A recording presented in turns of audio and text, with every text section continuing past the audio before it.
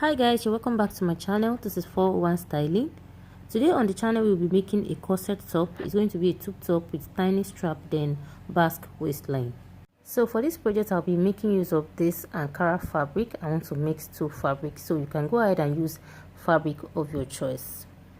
So the first thing we want to do is to draft our basic bodice, and I already have my front pattern ready. Okay, so I have my shoulder line, my chest line. We all know the calculations for getting our chest line. So we have the bust point, the underbust, the top length, and the basque length. Okay, the basque length is just like an extension from your waist downward. Okay, I'm still going to explain further later. The next thing I want to do now is to take the waist dart. Okay, and the waist dart is going to be starting from this line forward. Okay, and this line is our center front line, so we assume this paper is on fold. Okay, so we are going to take our measurement forward this way.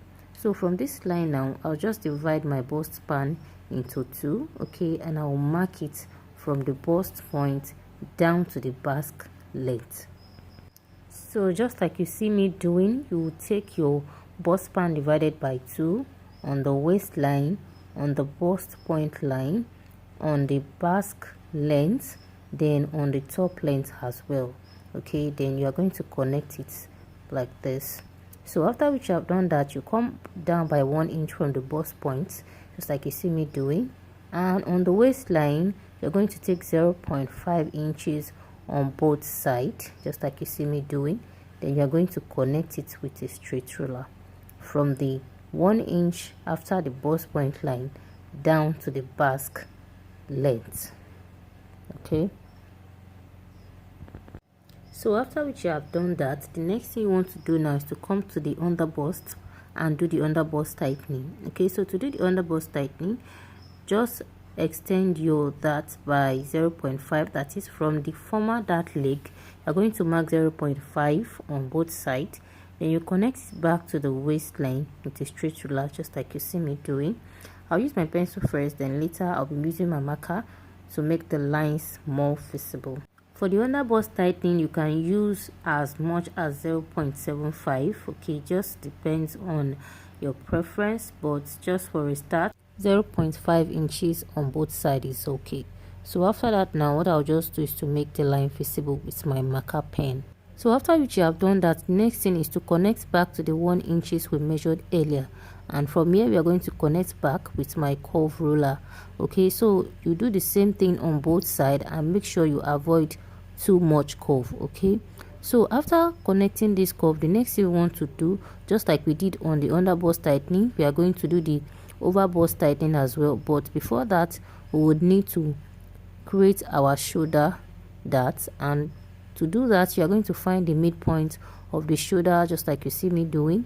Then you connect back to the bust point with a straight line like this. Okay, so after which you have done that, whatever measurement you have on your underbust tightening, you're going to impute it back to the chest line area. Okay, but before that, I will measure between my bust point to the underbust. Whatever I have there, I'll use it to create an arc. Okay, you know, initially some people make curves or round circle, but this time around we are just going to create a slight arc on that particular line. Okay, this will help us to know where exactly we are going to impute our darts. Okay, so you make sure that the tip of your tape is not moving, is exactly on the bust point, and I'm just going to mark a little bit around the lines that I drew. Okay, just pay attention and watch what I'm doing. If you don't understand, I'll still make it visible. Okay, so from here to here is where we are going to be imputing our darts. Okay, so after that, now what you want to do is to measure whatever you have on the underbust tightening. I have 1.5 inches, then I'm going to replace that 1.5 inches on that arc. Okay, but make sure that the largest part of the measurement is going towards the side front. So I'm going to be using 0.5 inches towards the center front and 1 inches towards the side front. Okay, so from there you are going to connect to the bust point to that 1 inch with your straight line, and then use your curve ruler to blend it. So guys, this is what I have. Okay, so what I'll just do now is to come to this center front and mark 0.5 inches inward this way, okay, and from the chest line I'll come down by 0.5 inches, okay, then I'll connect it like so. So here is where my cleavage is going to get to. So on the chest line again, you mark your bust divided by 4 and mark it. So from that point now, you go in by 0.5 inches and you come down by 0.5 inches as well. Then you connect back like this, and that is the new chest line, okay. So after which you have done that, you want to connect from here back to this point with curve, and then the other side as well. So guys, I already did this and I think I skipped some parts. That is why I'm repeating the process. So that is just basically what I did, nothing serious, okay. Sorry about that. The next thing is to connect from this chest line back to the underbust tightening, okay, just like you see me doing, okay. Then you repeat the same process on the side as well, okay. And that is that about the curve. So that is that about that. I'll just make use of my curve rule and pen to make this line visible, and the highlighted lines are where we are going to be cutting out from, okay. So that is that about that. So from here to here is our darts, and we're going to be cutting out through that line as well. Just follow me as we move. So guys, the next thing we want to do is to take our body measurements, okay. I'll be doing it one step at a time. So the first thing I want to do is that I'll come to my chest line and measure my bust divided by 4, okay, and I'm going to be replacing the dart we have, okay, that is 1 inch. Then on the waistline, I'll take my waist divided by 4. Then I will replace the dart I took, okay, and I'll connect it with a straight line like this. I just hope you understand. Wherever you take a dart, make sure that you replace it. So that's the original measurement. I'll just make it visible. Then after which I've done this, now I'll now add my seam allowance, okay. So this part is going out, this part that I'm marking like this, that means we're going to be cutting that part out, okay. So after that, now I'll add my seam allowance, okay. I'm adding 1.5 inches. You can go as much as 2 inches. This depends on how much more allowance you work with. So after connecting it, you can just label that part as your seam allowance, okay. So guys, if you want to make use of a yoke, or you need this yoke part, you can simply connect this part slightly this way and you cut through the lines and keep that part as your yoke, okay. So guys, as for the basque, which I mentioned earlier, this is just like an extension from your waistline down to the length of basque in which you prefer. So you can connect either with a straight line or a curve, but we are going to do that after which you have finished cutting, because by the time we cut this out, the lines will not align again. So now we are through with the corset, and if you want a 2-piece, it is ready. So as for the 3-piece, on this side you come down by 2 inches. On the center for the front cup, you come down by 2.5 inches. On the other cup as well, on the center you come down by 2.5 inches, and on the side you come down by 2 inches, okay. This is what you will do if you want to get a 3-part corset. Then you are going to connect with a curve roll like I'm doing, okay. But if it is a 2-part corset, you can simply leave it like that. So this part now, we are just going to label each of this, okay. So I'll be labeling this as 1A, 1B, then 2 and 3, okay. So after which you have done this, you are going to make use of an arrow to determine exactly where each piece of pattern will be facing, because by the time you cut all this out, it's going to be on pieces, so that you will not make mistake. You really need to label each pattern, then you demarcate where exactly each of the patterns will be facing, just like the way I'm using an arrow to demonstrate, okay. So guys, thank you very much for watching up to this moment. If you are yet to subscribe to the channel, do not forget to subscribe, click on the like button, share this video so that we can reach more people, okay. So that's all, and just go ahead and label your pattern, the center front and the side front. You will cut 2 for the side front, and you are going to cut the center front on fold, okay. So guys, don't be scared about all these labelings. They are just there to help you, okay. And that'll be all for this pattern, okay. this area you can just blend in this way if you want to make use of the yoke later, but we are going to be cutting it out for this particular project, okay? But you can just keep it till next time, okay? And that will be all for the pattern. So from here downward is where you'll be making use of for this. So the next thing I want to do now is just to make this visible, because you are going to be cutting through all the highlighted lines. Remember I told us that, okay? So guys, that will be all. Just like I've said, the next thing I want to do now is to cut it out, and I would like us to pay very close attention so that you will not leave the relevant places and cut out, you know, the important places. So you are going to start from the seam allowance this way.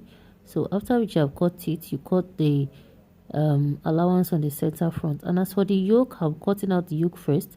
You start from this cleavage area, the 0.5, cut through the lines gently, okay, and cut towards that cup back to the new chest line. Just cut through the purple lines, I mean the highlighted lines, and that is that. So you can simply remove the armhole just to secure the yoke, cut out the shoulder, and as well cut out the neckline, just like the way I'm doing. So after cutting it out, you can simply label it as your yoke so that you don't trash it and keep it aside. Okay, so guys, that will be all for the yoke. Now I want to cut out the dart. Okay, you'll be cutting out the dart first. Just watch the way I'm cutting it out. Okay, you do it gently because you don't want to cut out the important places. Corset can be very tricky. Okay, so guys, thank you very much once again for watching this video up to this moment. So please give this video a thumbs up, share, and drop your comments, your thoughts in the video, oh sorry, in the comment section. Okay, so guys, I would appreciate if you turn on your notification bell so that whenever I drop a new video you would be notified, okay? Because you don't want to miss out my interesting videos that I have in stock for you guys, okay? So guys, I'm just going to be cutting this out like this, and if you want a two-piece cup, this is how you are going to cut it, okay? But because we are working with a 3-part, I'm still going to be cutting out this part, okay? And so this is our front bodice is ready. Now for the basque effect, okay, you're going to be holding your pattern together this way with a tape. Then you're going to be connecting from the original waistline to the full length that you have, okay? So from the waistline you can come down by how many inches you want the basque to be long. So it's either you make use of a straight ruler to create a straight line like this, or you use your free hand to create a curve, or even if you have a longer curve rule, you can use it to blend in your straight line just to get a curve. So you can go as well as using any shape of your choice, okay? So I'm still going to be using a curve. I just use a straight line to demonstrate for us, okay? So that will be all. Now let's just draft the back pattern. And as for the back pattern, I already went ahead to draw my lines, okay? So what I did here was that I placed this front pattern on the fresh paper like this to know the length. I fold in the basque effect, okay? So from the zip allowance here I have 1.5 inches. I did the back tightening, and from the zip allowance line I come in by 0.5 inches from here to here, okay? Then I reconnect back to zip allowance like this, okay? So as you can see, I fold in my basque and I place it on that. So I took my waist measurement using my bust band divided by 2, and I took 0.5 on both sides. And at the top I took my chest tightening or back tightening, sorry, with my 0.5 on both sides as well. And as you can see, just like the way I drew the line, that is how I took the measurement, okay? Just to be on a safer side, you can simply go ahead and draft your back basic bodice, okay? Draft your back pattern just to be very sure. And it's because I'm used to this method, that is why I'm doing it like that. So just go ahead and confirm your measurements if you are making use of my method that I used for the back, okay? So that will be all for the back pattern. I'll just cut out this pattern on the highlighted lines just like we did for the front. So guys, if you are cutting out your pattern On the zipper allowance area, you are going to cut through the 0.5 inches you come in by. Okay, I hope we know how to do our back tightening. If you do not know how to do a back tightening on a zipper allowance area, simply drop in the comment section. So that will be all for the cutting. Remember, we have a basque line, so definitely the front is going to be longer. So as for this upper pattern, I'm going to be securing it with a tape this way. That is, I'm going to hold the two together and it's going to be a single piece. That's what we want to get. Remember, we label it 1, so you can trace it out on another paper or just continue using this pattern. Okay, so our pattern is set. So I'll just transfer my pattern to the fabric just like you see me doing here, and I'll add my seam allowance all through. Okay, so just like the way I'm doing here, carefully place your pattern on your fabric, hold it with a pin, then you mark your seam allowance all through. Make sure that the allowance you added for one pattern is what you added for the other pattern as well, so that one of the patterns will not be shorter than each other. So guys, I already transfer every of the pattern sets to the fabric, and I added my seam allowance as well. Okay, so I'll be using the different fabric for the cut pattern and different fabric for the side. Okay, so guys, that will be all for today's tutorial. The remaining of this video will be on the sewing, and that will be dropping in my next tutorial. So guys, thank you very much for watching. Do not forget to subscribe, turn on the notification bell, so by the time I'm dropping the sewing tutorial of this pattern, you will be notified and you will not miss out on that. And do not forget to notch the most important places on your pattern sets. So I'll just use this to cut out lining, and at the same time I'll use it to cut out my stay, and I will add it to my fabric. So guys, do not worry, let me not talk much. In my next tutorial we are going to see all that. So see you next time that we meet again. Bye bye and take care of yourself.